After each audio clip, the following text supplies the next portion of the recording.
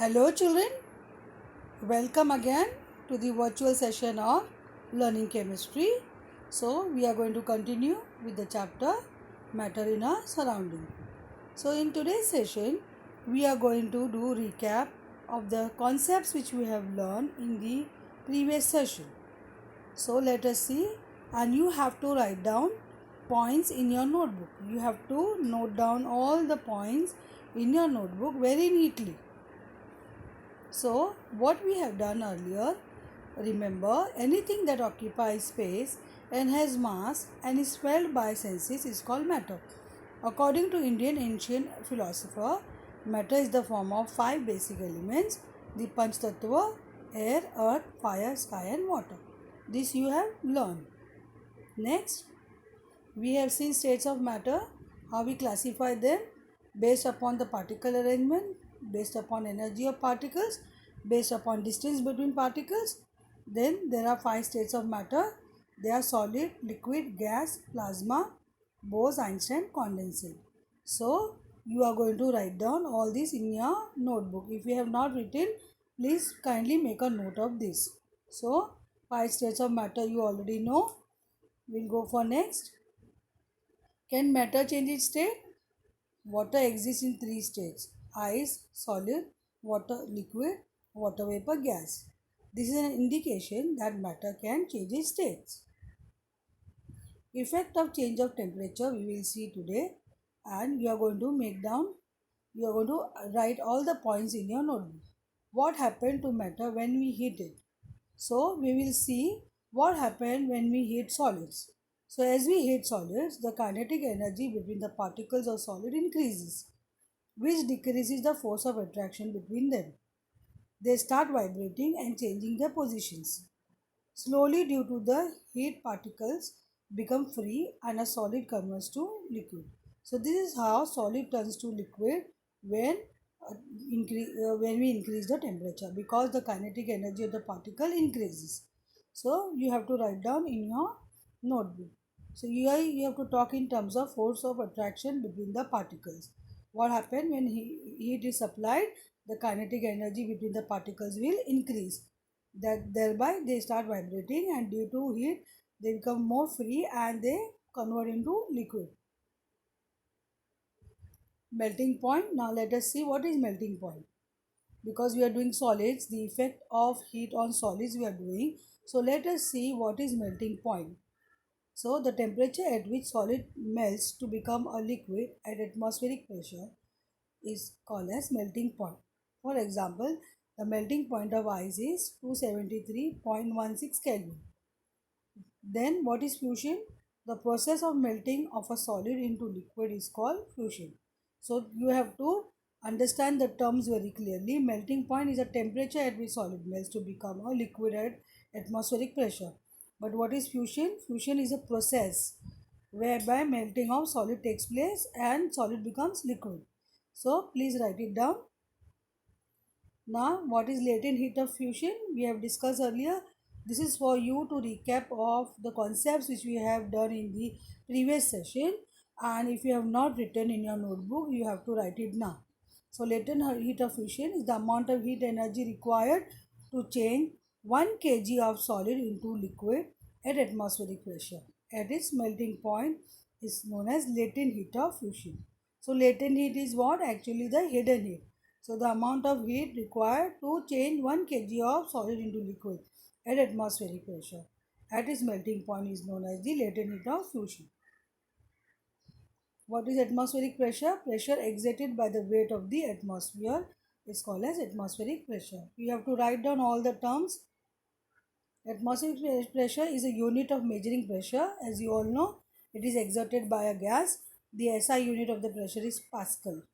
So the short form of Pascal, PA, and 1 atmosphere is equal to 1.01 into 10 raised to the power 5 Pascal. So this is a conversion unit, and the pressure of air in the atmosphere is called atmospheric pressure. So this is just an explanation of the atmospheric pressure for you to use it in the terms which you are going to define. The atmospheric pressure at sea level is 1 atmosphere and is taken as the normal atmospheric pressure. Then you are going to see here energy in the form of heat. When solid, what happen? Adding energy to a solid can create a liquid. That means energy in the form of heat, it will convert, solid will convert into liquid. So this picture shows how solid convert into liquid, because you can see the particles will move apart because they are vibrating due to kinetic energy, and then they will convert into liquid because the intermolecular forces of attraction will become less and they will try to move apart. In the melting process, once a solid reaches its melting point, its temperature does not increase further. So this is the concept you need to understand, which we have discussed earlier. But for you to recap and you to understand it properly, so where does all the heat go? The heat energy in the solid at time of melting is used up by the particles to diminish the force of attraction between each other. The heat energy is therefore considered as hidden heat. You have to write in your notebook. Then liquids. Just you are going to see the effect of temperature on liquids. What happens when you heat liquids? So just like in solid, the kinetic energy of the particle of liquid increases, the force of attraction among them decreases, and they start moving freely. As we keep on supplying the heat, a point comes when the particles overcome the forces of attraction completely.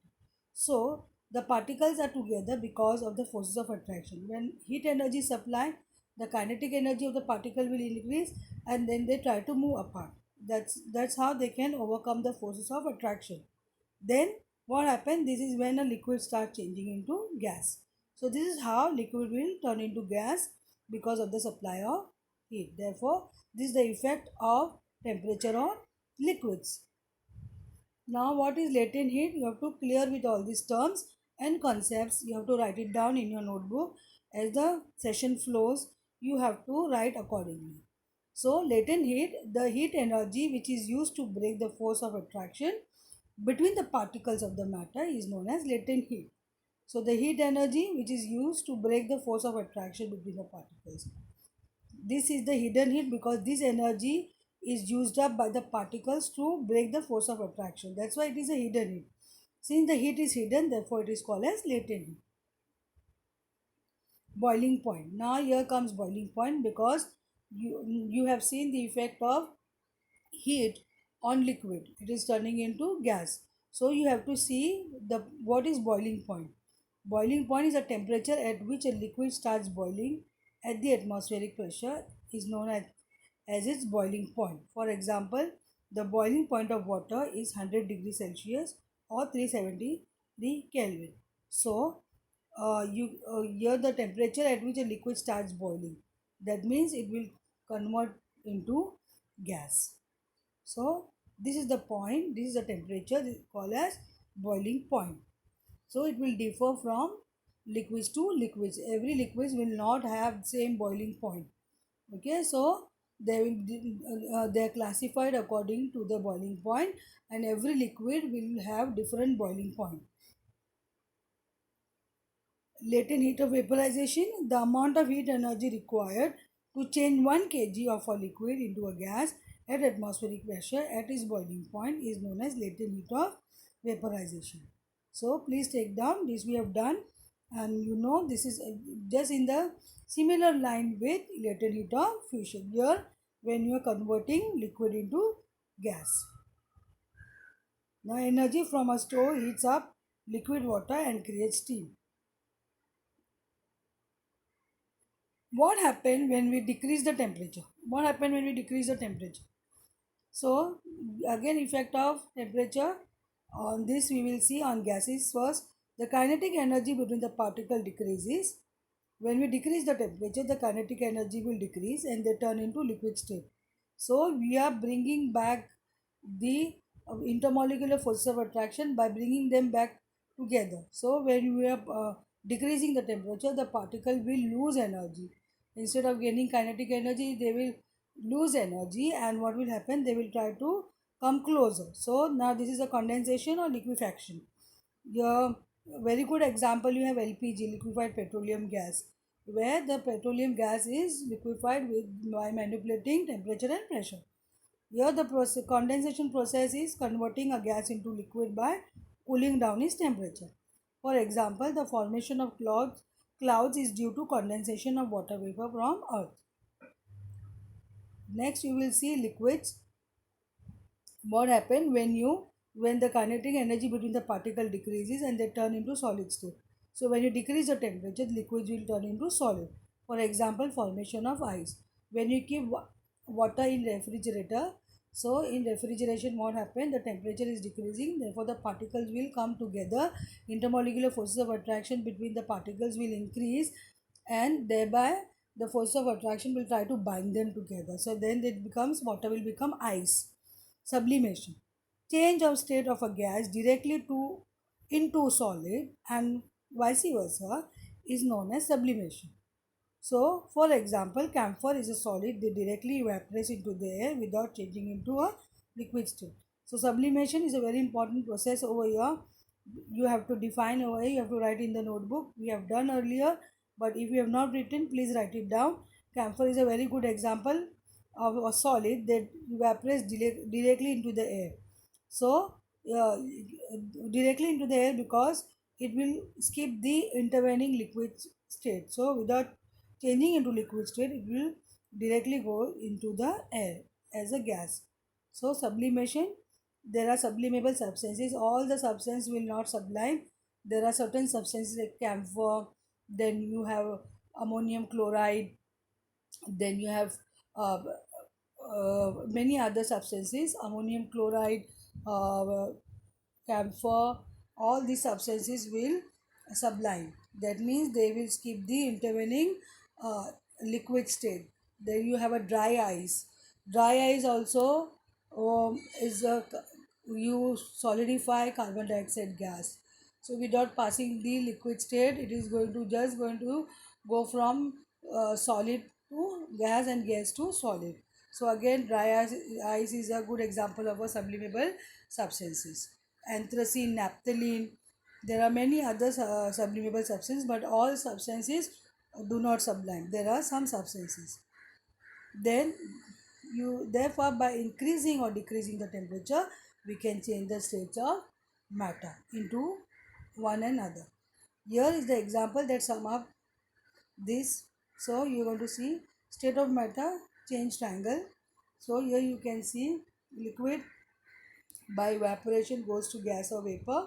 Condensation will bring back gas or vapor to liquid. Then you will see sublimation, gas or vapor going to solid state, and again solid will go to gaseous state by sublimation without passing the liquid state. Then you can see the solids, no, here they have shown. So here you can see freezing or solidification, where liquid will solidify, and again melting or liquefaction will again solid will turn into liquid. So these are all the interconversion of solid, liquid and gas.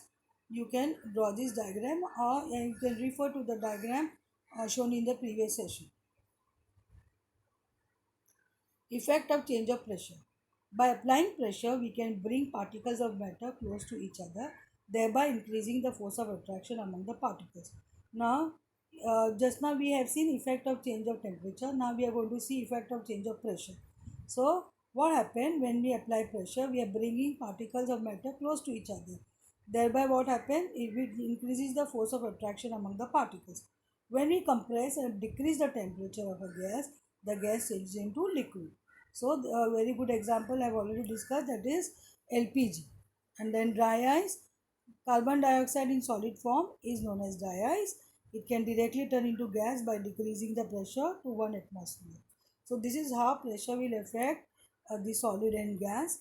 So you can solid, liquid and gases. So you can please write in your notebook. Now the concept of evaporation.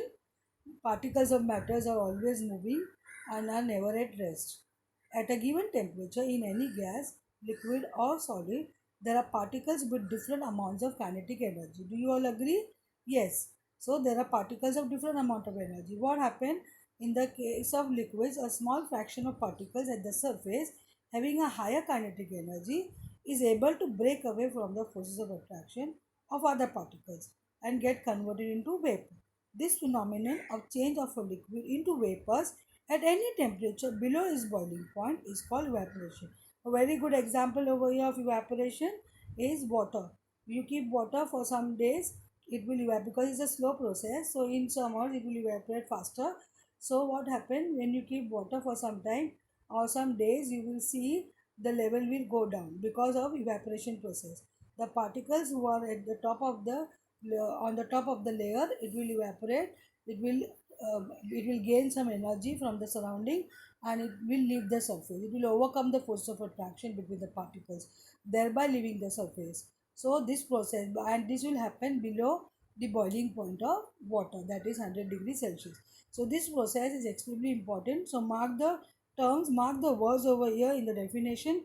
The phenomenon of change of a liquid into vapors at any temperature below its boiling point is called evaporation. Now, evaporation is a surface phenomena. You can see, you can relate to water molecules at the surface, leaving the surface because they get enough energy to overcome the intermolecular force of attraction between the particles. All will not leave at a time because it's a surface phenomena, and the water molecules are in layers. So the top layer, the particles on the top will try to leave the surface first. This is how evaporation takes place. Then you can see over here the diagram. You have high energy evaporating particles, you have medium energy pulled back into the water, and low energy remain as liquid. Then you have everyday life examples of evaporation. So you can relate to your day-to-day life. Drying clothes under the sun. One of the most common real life examples of evaporation is drying of clothes under the sun. So what happened? Because of the heat, the clothes get dried because the particles of water evaporates. Ironing of clothes, cooling down of hot tea and other hot liquids, wet clothes, melting of ice cubes, preparation of common salt. You have seen salt pans where how they extract salt from salt pans. They on the seashore you must have seen salt pans where they arrange salt pans and they spread it so that more surface area they get, and water from the salt will evaporate, leaving behind the solid common salt. Evaporation of nail paint remover, that is acetone. Drying of wet hair. So all these are very good example of day-to-day life. You can see evaporation. What are the factors affecting evaporation? There are certain factors which will affect evaporation. So we will see the factors which are the rate of evaporation increases with an increase of surface area. So more the surface area, better will be the evaporation, because evaporation is a surface phenomenon. With the increase of temperature, more number of particles get enough energy to go into the vapor state. So is it clear with you children? Means what happens when the temperature increases, the particles get more energy to evaporate faster. Humidity. Humidity is what? Is the amount of water vapor present in the air. The air around us cannot hold more than a definite amount of water vapor at a given temperature. So if the amount of water in the air is already high, the rate of evaporation decreases. You can relate this point to rainy season where wet clothes takes time to dry because the humidity is high. Water holding capacity of air is less because it already have enough water. So it takes time, because then that wet clothes will take time to dry because water will not evaporate easily. Air will not take easily, very easily will not take more water vapors from the wet clothes. And wind speed, the higher the wind speed, the more evaporation, because the wind speed will take away the particles from the surface. So the wind speed is directly proportional to the evaporation. Higher the wind speed, more the evaporation. Then you will just summarizing the conditions, rate of evaporation and reasons. Increasing surface area, this is a summary. You can put a table in your notebook, make a table, and you are going to put this point in the table for you to understand clearly. So surface area increases, particles have more space and thus can evaporate easily. So the first condition is clear with you. Increase in temperature, temperature increases, kinetic energy, particles of will also increase, evaporation will be better. Increase in humidity, decrease the rate of evaporation. So water content in air increases and so evaporation decreases. Increase in wind speed increases the rate of evaporation. Why? Water vapors are blown away by winds, allowing more evaporation. So over here you can see surface area, temperature, and wind speed are directly proportional to the rate of evaporation, where humidity is inversely proportional to the rate of evaporation. You can understand that concept in that sense as well. Then evaporation causes cooling. This is a very important concept. Evaporation causes cooling. How? The process of evaporation, because the particles of liquid absorb energy from the surrounding to regain the energy lost during evaporation. So that is how evaporation will cause cooling, because it is taking away the heat from the surrounding before leaving the surface. So the particles before leaving the surface, they will take up heat from the surface or from the surrounding, leaving the surface or the surrounding cool. So that's why it's called cooling. When evaporation occurs, it absorbs all the heat from the surrounding, and hence evaporation causes cooling. How evaporative cooling works? See, so warm air, and when it evaporates, it takes away some energy, and then it will leave the surface cool.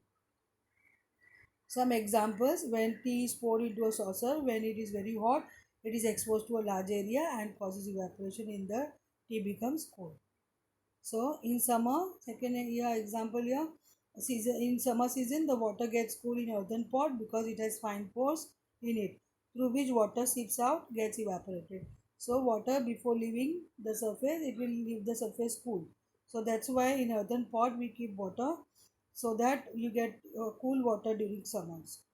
Then third one, when we sweat and sit under a fan, we feel cool, because your wet clothes will, what will happen to the wet clothes? The water molecules or the particles will leave the cloth surface, and it will, while before leaving, it will take away the energy. So you will feel better. And fourth one, doctors advise patients with fever to keep a wet on their forehead. This is also a very good example. A wet khaskhas screen hung at the door of the room keeps the room cool. So this is how is an example of what the process of evaporation causes cooling. Then evaporation versus boiling. You have to understand the difference between them. Boiling is a bulk phenomenon, where evaporation is a surface phenomenon. Particles from the bulk whole of the liquid change into vapor state. So particles from the bulk, that is whole of the liquid, change into vapor state. And in evaporation, what happened? Particles from the surface gain enough energy to overcome the force of attraction present in the liquid and change into vapor state. So this is the 2 points of difference between boiling and evaporation. Just very important point to emphasize here: boiling is a bulk phenomenon and evaporation is a surface phenomenon. So evaporation is different than boiling, as shown in the figure. You can see here vapor pressure is lesser than the atmospheric pressure in evaporation. So bubbles cannot form. Where over here in boiling you can see vapor pressure, you can see, is greater than the atmospheric pressure. Oh, no, sorry, it's equal to the atmospheric pressure, and bubbles can form and rise. So here you can have evaporation and boiling, where vapor pressure over here is smaller and here vapor pressure equal to the atmospheric pressure. So that's why bubbles can form and rise in boiling, whereas in evaporation bubbles cannot form. Okay, so next we go Kelvin and Celsius scale you have over here. Kelvin is the SI unit of temperature. Degree. You have to understand this is a unit of temperature. It's an SI unit. So what is a conversion over here? 0 degree Celsius is equal to 273.16 Kelvin. So this is a conversion or unit. That means we take 0 degree Celsius as 273 K. So SI unit of temperature is Kelvin. So the formula goes like this: when you have to calculate in Kelvin, you have to add 273 to the given temperature in degree Celsius. That means degree Celsius, temperature in degree Celsius plus 273. So Kelvin scale of temperature has always been positive sign, and there is always positive sign, hence regarded as a better scale than Celsius. So it is a better scale than Celsius. Then you have conversion numericals. You can see Convert the following degree Celsius scale to Kelvin scale. Now here you have two sums solved for you. First 45 degrees Celsius you have to convert to Kelvin. So you have added 273 to 45 degrees Celsius, you got 318 Kelvin. Second one minus 20 degrees Celsius, your Kelvin you want to convert, you are going to add, so minus 20 plus 273 will give you 253 K. So this is how you convert degree Celsius to Kelvin scale. Assignment for the day, children, you are going to solve this in your notebook. Pressure on the surface of, this is a 1 mark questions. Pressure on the surface of a gas is increased. What will happen to the interparticle forces? So you have to relate to the concept which you have done. So and you have to answer this. Name the 3 states of matter. What happens when a liquid is heated? And a gas can exert pressure on the walls of the container. Assign reason. So you have to answer all this in your notebook. Convert the following temperature to Kelvin scale: 100 degrees Celsius, 37 degrees Celsius. Next, what is meant by density? Next, give the characteristics of particles of matter. Next, water droplets seen on the outer surface of a glass containing ice cold water is due to dash. Next, change of gaseous state directly to solid state without going through liquid state is called dash. Dash is a surface phenomenon. So these are the assignment questions which you are going to write in your notebook. So here we end with the session, children. In my next session, we are going to actually see the textual exercise. We are going to solve some textual exercise, and then we will see some assignment questions as well. Thank you. Have a great day, children.